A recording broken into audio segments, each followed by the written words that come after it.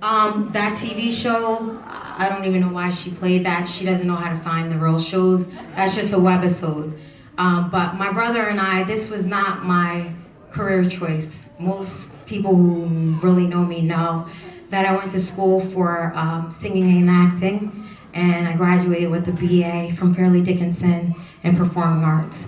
So I've been traveling a lot. I've been a background singer for people. I've sang with just everywhere, churches, everywhere. I've also did some shows, TV shows, stuff like that. So that was one of the shows that my brother and I started a while ago.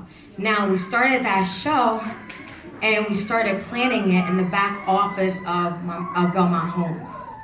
And anytime we were short-staffed, if someone needed to have an assessment, she would come in while in mid-acting and say, "Oh, I need you to do an assessment." I'm like, "Oh, I don't want to do an assessment or an intake." So that's kind of how I got involved in the whole Belmont Homes thing. But as time went past, I continued to do assessments and did some monitoring. I used to sleep over someone. I'm like, "Ma, I need extra money." She's like, "Well, I need 2 monitors overnight, sleep in the house all night." I'm like, "This is random," but I did that too. And then the girls started waiting for me to come on the weekends. So I would tell them, "Not gonna show up, don't say nothing. Y'all do what y'all gotta do." Because I live an hour away, so I'm like, they start calling my mom like, "She didn't come today. We're looking for her." I was like, ugh. So it went on from there and we grew. Of course, at that point, there was only 2 houses and we were, I was monitoring over the weekend. But as we moved along, I came back from all the TV stuff. I even went to school for cosmetology, finished that, was trying to open a salon, and she recruited me and would not let me go. And now I'm here, and I really do love you all, and I do it with every bit of me. Most of you know that anything you ask of me, I will do it if I can. And if I can't do it, I'll ask someone else to help and do it. I hope that I've been the best that I could be as case manager for you all, and I always pray that you all keep pushing and keep going. Don't ever stop. It's always going to get rough. It's going to be rough. All of us. Nobody's perfect. No one. Everybody in here has a purpose. But if you don't try, you'll never know. You'll never get there. Keep it going. Keep it moving. My whole thing, and I remember sharing that with you. You guys push a little bit, but you got to keep pushing.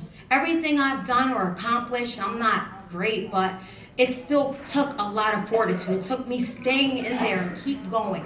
I cried a lot. I'm so emotional. I'm always crying. Things weren't right. I cried because people didn't like me, or this wasn't right. Just stupid stuff. But I kept going. So that's why I tell you all, when you're looking for housing, I'm sorry, I'm almost done preaching. When you're looking for housing and you're looking for an apartment or a job, this stuff doesn't just fall in your lap all the time. But if you just keep pushing, don't let anybody deter you.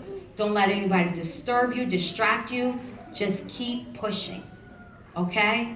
But if you will do that, trust me, it will work. And also, you all, I always encourage you to pray and kind of keep that faith. Encourage yourself. You're not always going to be encouraged by people. People aren't always going to kind of validate you. But you have to validate your own self. Just tell yourself, "I can do it, I'm all of that."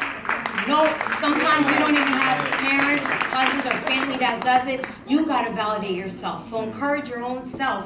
But things will, I tell you, it will turn around. Okay? All right, I love you all. Thank you.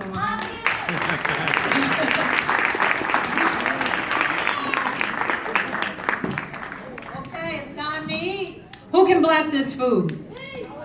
Oh, I got a bunch of people. I want someone